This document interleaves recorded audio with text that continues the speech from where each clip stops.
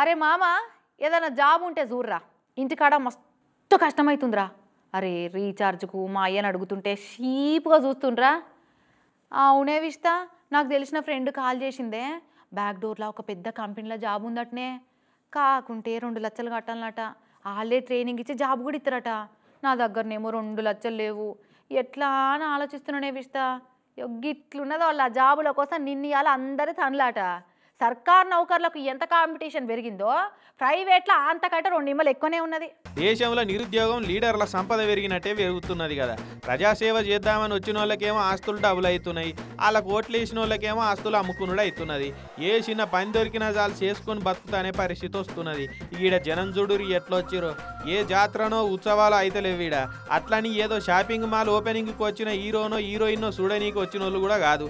Mumbai ఎయిర్పోర్టులో airport services limited వాళ్ళు ఇంటర్వ్యూలు పెడితే వచ్చిన వాళ్ళు వీళ్ళంతా. ఎయిర్పోర్టుల తీరుతీర్ల రిపేర్లు, మెయింటెనెన్స్లు, హ్యాండ్మ్యాన్ పోస్టుల కోసం 2216 కొలువులుంటే ఇంటర్వ్యూలకు పిలిచిర్రట. 2000 పోస్టులకు ఏం తక్కువ 30,000 మందికి మీదనే వచ్చిర్రు. ఇట్లా పోస్టులు తక్కువనే ఉన్న ఆఫీస్ కాడికి 1000 మంది వచ్చే వరకు వాళ్ళని కంట్రోల్ చేసుడు ఎయిర్పోర్ట్ వాళ్ళ వశంగాలే. గిట్లయితే ఇలా కాదని అందరు రెజ్యూమ్లు ఈడ పెట్టిపోయి మేమే పిలుస్తామని చెప్పిర్రు. అవి ఆడ రెజ్యూమ్లు పెట్టమంటే చెత్త కుప్పల పడేసినట్టు ఆగమాగం చందనం పడేసిపోయిర్రు. ఇక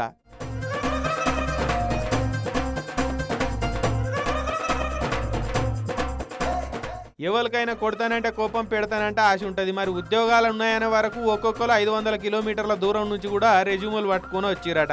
ఇంతమంది వస్తారని వాళ్ళు కూడా అనుకోలేదట. అందుకే ఆడ పరిస్థితి కంట్రోల్ తప్పి పోలీసు వాళ్ళు ఎంటర్ కావాల్సి వచ్చింది. ముంబై ఏంది, ఏడన్నా చిన్న జాబ్ మేళ పెట్టిన 1000 మంది వస్తుర్రు. అంటే గా రేంజ్ల నిరుద్యోగం ఉన్నది మన తాన.